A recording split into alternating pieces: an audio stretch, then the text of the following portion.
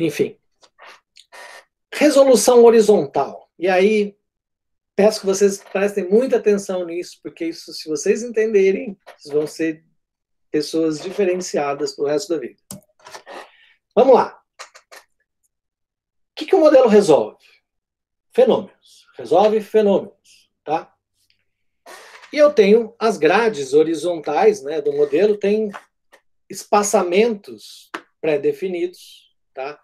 Existem critérios para a gente definir esse espaçamento, mas eu tenho aqui um espaçamento, né, de uma grade e eu quero resolver fenômenos na atmosfera.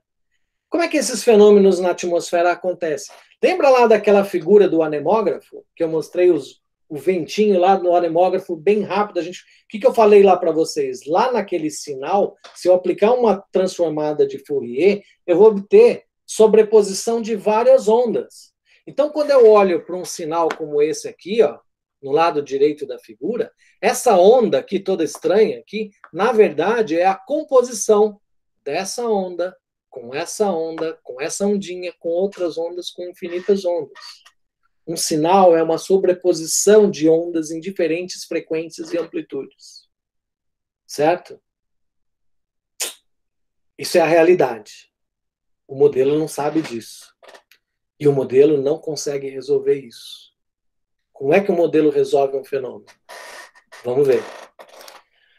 Então, o espaçamento de grade necessário para resolver um fenômeno do tempo, né, não é qualquer, ele tem alguns critérios aqui. Normalmente a gente precisa de pelo menos 5 pontos de grade, é um número razoável. 5 pontos de grade para você resolver um aspecto, um fenômeno, tá? Quando você usa um modelo de pontos de grade. O menor aspecto do tempo que pode ser representado aí adequadamente, porque dá para resolver com menos, mas para conseguir ver alguma coisa adequadamente, você tem aí que ter entre 5 e 9 pontos de grade. 5 eu diria que é o razoável e 9 é o adequado, tá? Para você resolver um fenômeno, eu vou mostrar por quê. O mínimo que você consegue resolver é usando 3 pontos de grade. E quando você usa 3 pontos de grade, na verdade, você está fazendo uma representação muito ruim. Mas eu já vou mostrar isso. Então, nesse caso, se eu pegar aqui um espaçamento de grade de 20 quilômetros, isso significa que eu não vou conseguir prever nenhum fenômeno que tenha uma escala inferior a 100 quilômetros. Olha só. Se eu usar um modelo de 20 quilômetros, significa que qualquer fenômeno que tenha uma dimensão menor do que 100 quilômetros não vai ser resolvido. Tá? Então pensa lá na minha grade de 16 quilômetros. Tá mais ou menos aí, ó. Olha, né, estou usando um modelo de mesescala, mas no fim eu não consigo representar com 16 quilômetros fenômenos de mesescala. Olha só que zica, né?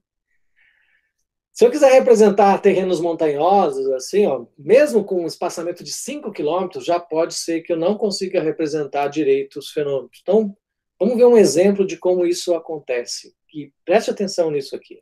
Tenta entender isso. Vamos pegar uma onda de 200 quilômetros.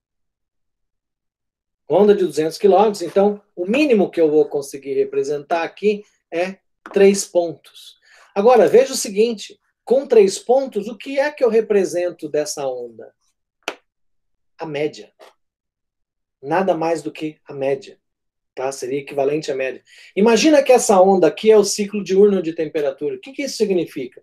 Significa que eu não vou representar a máxima e nem a mínima. Eu vou representar a temperatura média. Certo? 200 quilômetros. Então, veja, para eu representar a temperatura média sem um ciclo diurno, sem amplitudes, eu vou precisar de um espaçamento de grade de 100 quilômetros. Ou seja, 2 ΔX. Isso é um número mágico da modelagem numérica. 2 ΔX. 2 ΔX está associado a 3 pontos de grade. Tá claro isso? Veja, representação ruim. Como é que eu melhoro isso? Aumenta a resolução. Aumentar a resolução significa aumentar o número de pontos de grade, consequentemente, eu estou reduzindo o espaçamento de grade. Então, vou quebrar pela metade. Vou pegar aqui 5 pontos. Com 5 pontos, olha só como eu melhoro. E por que 5 pontos é que eu começo a representar o fenômeno? Agora, com 5 pontos, eu começo a representar a amplitude. Eu já consigo representar o ciclo diurno. Por exemplo, se eu estivesse falando de temperatura, né? Então, eu tenho aqui, ó, a máxima, a mínima e o intermediário. 5 pontos de grade. Qual é o ΔX? 4 ΔX. Com 4 ΔX, né? 4 vezes 50 dá 200 km. Eu consigo resolver, mais ou menos, o fenômeno. Já pego aqui os máximos e os mínimos. Mas é bom? Meia boca. Meia boca. Mais ou menos. Como é que eu represento bem esse fenômeno? Aumento a resolução. 9 pontos. 9 pontos, 8 ΔX. 25 vezes 8 dá 200. Então, eu tenho 1, 2, 3, 4, 5, 6, 7, 8 ΔX para representar o fenômeno. Olha só como já ficou melhor a representação da onda. Não preciso ir mais adiante para mostrar para vocês que se eu continuasse fazendo isso, cada vez mais eu estaria representando essa onda de forma perfeita, ou buscando chegar na representação perfeita dessa onda. Qual é o limite que eu tenho? Tempo. Tempo. Por quê? Eu não posso simplesmente aumentar a resolução. Cada vez que eu aumento a resolução, existe uma relação chamada relação de CFL. Condição de Courant-Friedrich-Lewis. Tá? CFL. E a condição de CFL diz que você tem que obedecer uma relação entre passo de tempo e espaço. A relação é a seguinte, é C, velocidade, vezes ΔT sobre ΔX, tem que ser menor que 1. Essa relação é a relação de CFL. Em outras palavras, significa que ΔT tem que ser menor ou igual a ΔX sobre C. Esse C é a velocidade da onda mais rápida que se propaga no modelo. Em geral, são ondas sonoras, tá? 340 metros por segundo. Então, eu tenho que pegar o espaçamento de grade, dividir por 340 metros por segundo, e aí eu vou ter qual é o valor máximo do ΔT. Certo? Então, como é que eu faço isso na prática? Assim, ó. Eu vou lá na tabela do Orlansky. Primeira coisa, como é que eu defino qual é a resolução do fenômeno que eu vou estudar? Como é a resolução do modelo para que eu consiga estudar um determinado fenômeno? Então, imagina que eu quero estudar efeitos urbanos. Tá? Efeitos urbanos estão aqui da ordem de 2 a 20 quilômetros. Né? Quero estudar tempestades de 2 a 20 quilômetros. Vamos botar 10 quilômetros, vai. 10 quilômetros. Como é que eu faço para definir qual é a grade para simular um fenômeno que tem 10 quilômetros? Para facilitar a nossa conta e nossa vida aqui, eu vou pegar o limite superior aqui, que é 20 quilômetros. Mas vamos lá, 20 quilômetros, na pior das hipóteses. Se eu quiser simular um fenômeno de 20 quilômetros, então eu tenho que sempre usar aqueles 3 números mágicos. 2 ΔX, 4 ΔX ou 8 ΔX. Certo? Vamos pegar o 4 ΔX? Para eu simular um fenômeno de 20 quilômetros, eu preciso usar 4 ΔX, 5 quilômetros. É assim que eu defino qual é a resolução da grade. A resolução não, o espaçamento da grade. Deixa eu voltar nessa questão. Qual a diferença entre espaçamento e resolução? Resolução é o fenômeno que eu consigo resolver. Essa onda de 200 quilômetros aqui. Ó. Espaçamento de grade é a distância entre pontos. São duas coisas totalmente diferentes. Com espaçamento de 25 quilômetros, eu consigo resolver fenômenos de vários tamanhos. Começo resolvendo um fenômeno de 50, depois eu resolvo um fenômeno de 100 e também resolvo um fenômeno de 200. E todos os intermediários aí. Tá? Entenderam a diferença entre resolução e espaçamento de grade? Com um espaçamento de grade, eu tenho várias resoluções. Eu posso resolver fenômenos de vários tamanhos. Mas não posso resolver nada menor do que o espaçamento de grade. Então, a gente costuma falar assim, qual a resolução que você usou? O cara fala 5 quilômetros. Está errado, não é isso. Então, se você está usando, na verdade, o espaçamento de grade igual a 5 quilômetros, ou a 1 quilômetro, ou a 10 quilômetros. A resolução é outra coisa. A resolução, né, vai ser sempre maior do que o espaçamento de grade e pode ser, né, variada. Tá? Pode ter várias resoluções. Então, se eu cheguei aqui nessa conclusão que eu preciso de 5 quilômetros para resolver o fenômeno, qual é o passo de tempo que eu preciso obedecer? Basta jogar na equação. Então eu tenho que ΔT tem que ser menor ou igual a ΔX sobre C. O ΔX é 5 quilômetros. Vou pegar 5.000 dividido por 340. Se eu fizer essa conta, vamos lá, quanto que dá isso? 14,70 segundos. Certo? Eu não posso usar um ΔT maior do que isso. E, aliás, você nunca pode usar o limite. Você sempre usa menos. Então, eu usaria 10 segundos. Aí eu defino o ΔT e atendo a condição de CFL. Muito bem. Então, e lembrando o seguinte, para cada ponto de grade, eu preciso do quê? Uma condição inicial. Olha que problema. Esse é o maior problema. Por que não melhora aumentar a resolução também? Porque eu não tenho observação. Como que é o sistema de observações que a gente tem? Vamos pegar aqui o caso do Brasil.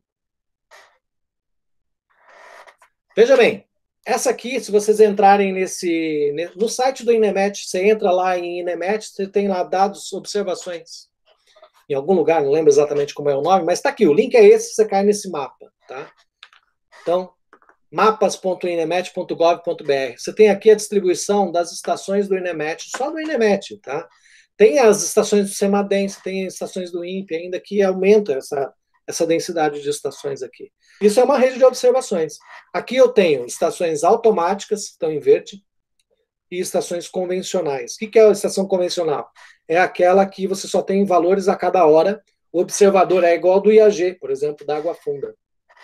O observador vai lá na estação, abre o abrigo meteorológico e anota lá com a caneta, né, o valor da temperatura, bulbo úmido, bulbo seco,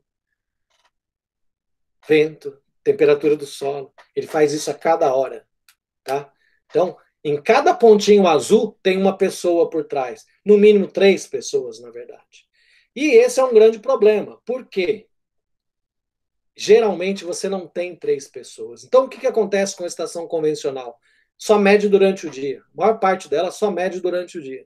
Não mede à noite as 24 horas. Isso é um problema sério.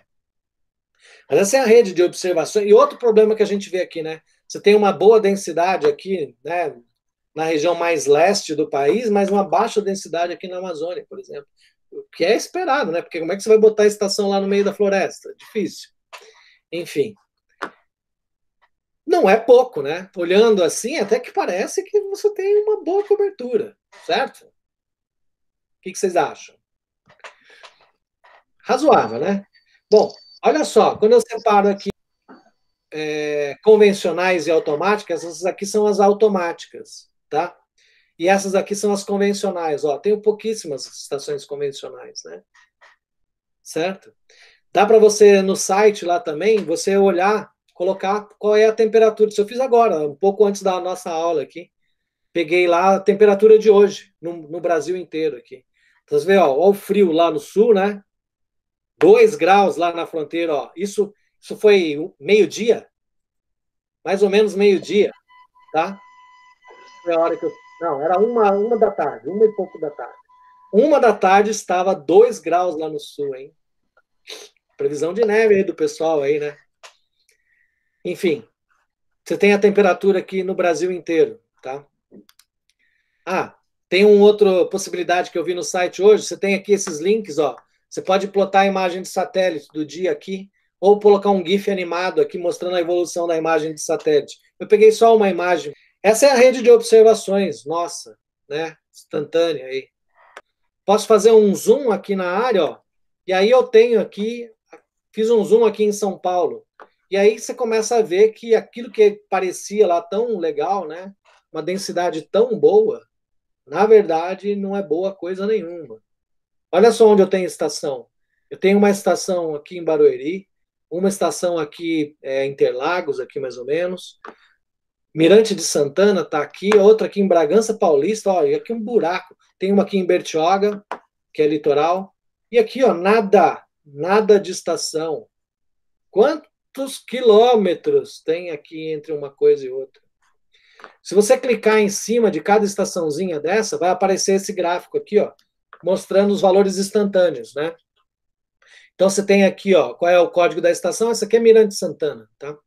Código da estação, os códigos dela aí e tal, latitude, longitude, altitude, quando que ela começou a operar, qual é a data da medição, qual é o horário aqui em UTC e quais são os valores. Se você quiser ver os valores, você clica aqui no gráfico ou na tabela. Se você clicar no gráfico, você vai obter alguma coisa assim, ó. Então você tem a temperatura ao longo do dia, sempre vai começar do dia, mas você pode consultar outros dias também, tá? Você tem a temperatura ao longo do dia, pode clicar aqui na umidade, no ponto de orvalho, pressão, chuva, enfim. Essa é a estação Mirante de Santana. São dados de hoje da estação Mirante de Santana. Então você pode ver no gráfico, tá? Ou você pode ver na tabela. E pode baixar aqui o CSV, né, o arquivo para você baixar os dados. Esse dado está disponível lá no site do INEMET. Dá trabalho, mas o dado está lá, né?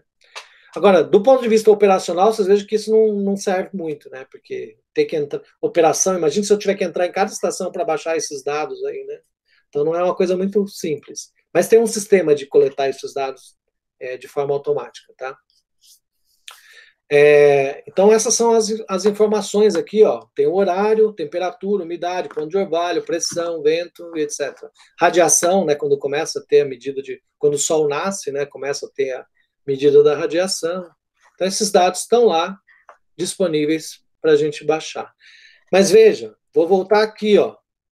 Quando você olha aqui, você fala, olha que maravilha, que rede maravilhosa. Né? Quando você faz o zoom, ponto. Mas veja, se eu quiser rodar aqui com aquela minha grade de 16 quilômetros, já estou... Como é que eu vou fazer? Tá? Lógico, tem procedimentos para a gente fazer isso. Mas o fato é, eu não tenho observações. Então, por que a previsão não é perfeita? Será que essa é uma das respostas? Com certeza. Eu não tenho a condição inicial perfeita, que é uma condição fundamental para que eu tenha uma previsão perfeita. E eu já comecei errado, porque eu não tenho. E outra coisa, eu estou mostrando aqui superfície. Eu precisaria de observações não só na superfície, mas em todos os pontos de grade na vertical. Certo? Como é que eu faço para obter na vertical? A gente tem um sistema de radiosondagens, sondagens atmosféricas, né? O que são sondagens atmosféricas? Tem um histórico enorme aí das sondagens, né? A primeira sondagem foi feita em 1749, em Glasgow, né, na Europa. E o cara pegou uma pipa, igual o Franklin fez lá, né? Mas ele botou um termômetro numa pipa, botou um termômetro, mandou a pipa, soltava a pipa, baixava o termômetro e anotava o valor da temperatura. Qual é o problema aí? Putz, enquanto você baixa o termômetro, já mudou o valor de temperatura, né? Mas tudo bem, ele baixava bem rápido e media lá o termômetro de temperatura. A história começou assim, né? Depois, em 1783, com a invenção do balão, esses balões que tem lá na Capadócia, que o pessoal anda aí, né, passeia aí de balão, eram utilizados para fazer medições de temperatura na atmosfera. Em 1804, Gay-Lussac, né, um químico famoso, aí, fez medidas acuradas de temperatura e pressão até 7 quilômetros usando um balão. Tá? Lá por volta de 1890, então, os primeiros balões sem observadores foram lançados. E esses balões eles iam até 18 quilômetros de altitude. E eles traziam o que chamavam de meteorógrafos. O que acontecia com esses meteorógrafos? Era um balão que levava o sensor, e esse balão caía, e caía lá longe. Você tinha que buscar o sensor lá onde ele caiu depois. Então, você levava vários dias para recuperar esses dados aí na época, né? Mas é interessante ver a história de como isso evoluiu, né? No final da Primeira Guerra, balões e pipas foram substituídos por aviões, né? Só que só fazia medida até 4 quilômetros de altitude. Essas medidas em aviões são feitas até hoje. Esse é um dos dados que entra no GTS, que é o sistema de aquisição de dados para modelagem. Tá? A primeira radiosonda, tá, foi lançada em 1927. E aí começaram a melhorar as medidas. Temperatura, pressão e umidade. 1940 substituíram, na verdade, os dados que eram obtidos do avião, apesar dos aviões continuarem medindo coisas, né? E na mesma época, o pessoal usava, eu cheguei a fazer isso, uma hora eu vou achar umas fotos aí de um experimento que nós fizemos aqui no IAG em 1999, tá? Em que nós lançamos balões piloto. O que é o balão piloto? É um balão de festa grandão, assim. Você enche aquele balão, tem um lastro embaixo para você ter mais ou menos um padrão de volume de ar dentro desse balão, solta o balão e com o teodolito, que é um equipamento topográfico, tá? Você mede azimuth e elevação, tá? Com o teodolito, a gente ficava olhando no teodolito e acompanhando o balão e ficava fazendo a medida. A cada minuto registrava no papel qual era a elevação do teodolito e qual era o ângulo de varredura ali, o azimuth. A gente fez isso por 2 meses num experimento aqui em São Paulo. Depois eu mostro umas fotos para vocês.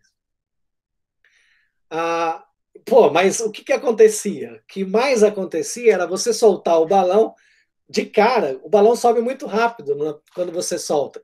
E você perdeu o balão já na primeira medida. Então isso acontecia muito. Eu já fiz esse tipo de lançamento à noite também. Terrível. Você coloca uma lanterninha, uma vela acesa, pendurada no balão e solta. Então você acompanha a velinha acesa e vai acompanhando o balão à noite. Tá? Era assim que era feito antigamente. Ainda bem, santa tecnologia, né? Então, depois da Segunda Guerra Mundial, teve uma espalhada aí, proliferação, né, dessas radiosondagens, mas não existia uma padronização. Até que a WMO, a Organização Meteorológica Mundial, padronizou, né, essas radiosondas e até hoje ela patrocina essas intercomparações para que os sistemas que estão sendo utilizados façam a medida mais ou menos parecida das coisas. Porque senão eu uso um problema de calibração mesmo, né? Quer dizer, se eu não tiver o sistema calibrado, eu estou entrando com uma temperatura que não é incompatível com a realidade, e aí eu vou usar isso para assimilar no modelo e vou piorar a situação em vez de melhorar. Então eu tenho que usar instrumentos calibrados. Esses sistemas, eles operam com frequências de rádio aí da ordem de 403 MHz ou 1680. Na verdade, você pode ajustar, você tem lá um range de frequências que você pode ajustar no sistema. Eu vou mostrar um sisteminha aqui para vocês agora. O que você mede lá? Pressão. Aqui está a acurácia, mas eu tirei o slide da acurácia. Tá? Pressão, temperatura, umidade e vento. E o vento por GPS, que é tudo de bom, né? Esse aqui é um exemplo de radiosonda. Essa é a RS-92 da Vaisala. Meteorológica, tá? Ela mede, então, aqui você tem a medida de temperatura, aqui é nessa parte. Isso aqui é a antena do GPS. Você mede a umidade também aqui, é um processo por fio quente, né? Então você tem aqui o GPS e aqui embaixo a antena do rádio, tá? Então isso aqui você prende essa haste branca que você amarra no balão e lança a bichinha lá para cima. Então, por exemplo, isso daqui, ó, eu trouxe aqui, aquela ali é só a parte meteorológica, que é essa parte aqui, ó, tá? Essa sonda aqui é uma sonda de ozônio, que dá para usar nessa RS-92 da Vaisala também. Então, você tem aqui a parte meteorológica, você pode acoplar essa parte meteorológica numa caixa aqui, que faz uma reação e faz a medida de ozônio, também dá para medir radiação ultravioleta, tem algumas opções aqui nessa RS-92. Aqui embaixo, a gente tem os dois sisteminhas de aquisição. Ó. Esse aqui é da RS-41, você tem aqui esse maior, com esse computador em cima, e aqui é onde você colocava a sonda para fazer a calibração dela antes de lançar. E do lado aqui é o sistema novo, que é a Digicora, que é da RS-92. Todo esse sistemão aqui virou esse sisteminha pequenininho aqui, ó.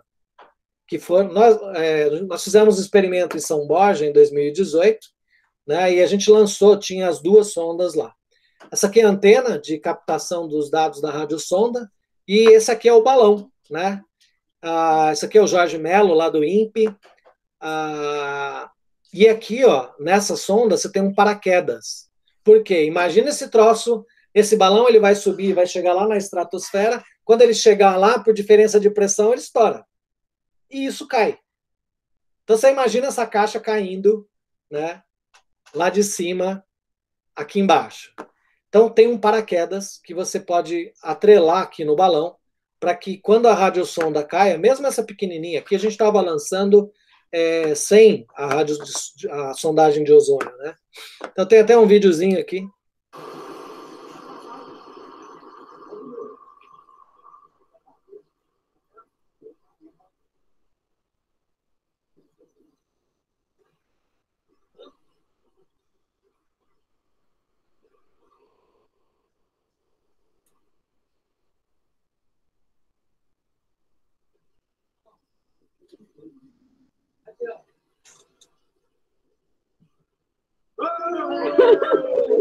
Nós fizemos uma campanha, olha só que diferença, olha o tamanho desse balão aqui, tá? Isso aqui é para lançar essa sonda, a RS-92, sem o ozônio. Olha o tamanho do balão. Agora, olha o tamanho do balão para lançar uma sonda com ozônio. Isso aqui foi um experimento que nós fizemos aqui no IAG, né, em 2006, fazendo o lançamento à noite também, né, para medida da concentração de ozônio na atmosfera. Isso aqui é um exemplo, né, do resultado, pressão parcial de ozônio na atmosfera, então aumenta aqui na superfície, depois decresce com a altura, e aqui a gente atinge lá a camada de ozônio, que o pessoal tanto fala, lá na estratosfera, né, em torno de 30 quilômetros, 25, 30 quilômetros de altura. O ozônio que a gente mede é esse aqui, ó, na superfície. O ozônio lá da camada de ozônio, que está relacionado com o buraco da camada de ozônio, é esse aqui, ó, aqui em cima. Tá? Tem outros exemplos aqui de sondagens que foram feitas para medida de ozônio. Então, aqui junto, né, você tem o perfil do ozônio, obviamente, mas você tem medida também de temperatura, né, que vai dando, então, com essa sondagem. Então, é a maneira que a gente tem de fazer a medida na vertical, né. Agora, vejam, para vocês verem a realidade nossa, né. Essa aqui é a rede de radiosondas que nós temos no Brasil. Essa é a nossa rede de rádio, tá? E detalhe, normalmente, na maior parte dos lugares onde tem radiosonda, você lança 2 radiosondas por dia. Uma de manhã, às 9 da manhã, e outra às 9 da noite. Então, veja, isso é ruim, porque como é que você consegue acompanhar o ciclo diurno, né? Com uma sondagem? Não tem jeito, tá? Lógico que é melhor do que nada, mas é quase nada também, né? Então, essa é a figura de hoje. Se você entrar lá na página do Master, ó, master.iag.usp.br, você clica lá em dados observados e tem lá radiosondagem.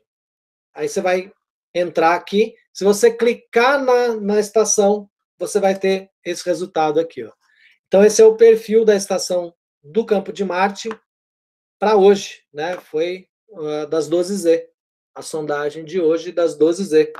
Então, aqui você tem a temperatura do ar, temperatura do Ponto de Orvalho, né? E aí a gente depois vai estudar radiosonda, tá? Tem odógrafo, como é que está o vento, né? CAP muito baixo, ó, 20, Cine baixíssimo. E aqui você tem o perfil do vento com a altura, né? Então, ó, vento de sudeste aqui, né, de manhã, em níveis baixos, virando aqui um giro anti-horário com altura, depois a gente vai ver o que significa esse giro anti-horário com altura, e vento de noroeste aqui em níveis mais altos, né? As barbelinhas indicam a intensidade do vento. Aqui a gente tem uma camada seca, né? Quanto mais longe essa linha dessa outra aqui, eu tenho o ar mais seco, quanto mais perto eu tenho o ar mais úmido. Mas a gente vai falar de sondagem numa outra hora. Então, pessoal, nessa aula nós vimos as equações básicas que regem os movimentos atmosféricos, nós falamos com algum detalhe, né, sobre alguns termos, principalmente na equação de movimento. Falamos do problema da condição inicial em modelos, né, tem a ver com a garantia da unicidade da solução, né, das equações diferenciais parciais que são tratadas no conjunto de equações básicas, né, que nós vimos. Vimos a diferença entre modelos de mesoscala e modelos de grande escala, como que esses modelos de mesoscala são utilizados, né, que são os chamados modelos de área limitada, e em cima desses modelos nós percebemos que existe a necessidade, então, de, além da condição inicial, de fornecer uma condição de fronteira, uma vez que o limite ali, né, que a área que o modelo está tratando é um recorte, né, de uma área maior, de um esquema global. Então, é preciso que a gente forneça as condições de fronteira nessa borda, né, dessa grade em maior resolução. Nós vimos a diferença entre espaçamento de grade e resolução do modelo. Nós vimos que, para que um fenômeno possa ser resolvido, nós precisamos de pelo menos 3 pontos, né, para fazer um tratamento bem ruim da atmosfera. O que começa a ser ideal exige que a gente utilize 5 pontos, que é equivalente a 4 ΔX, e a representação ideal seria aquela em que nós utilizamos pelo menos 9 pontos para representar o fenômeno, que corresponde, então, a 8 ΔX. E isso é diferente, né? Então, está aí a diferença entre espaçamento de grade e resolução. São duas coisas distintas.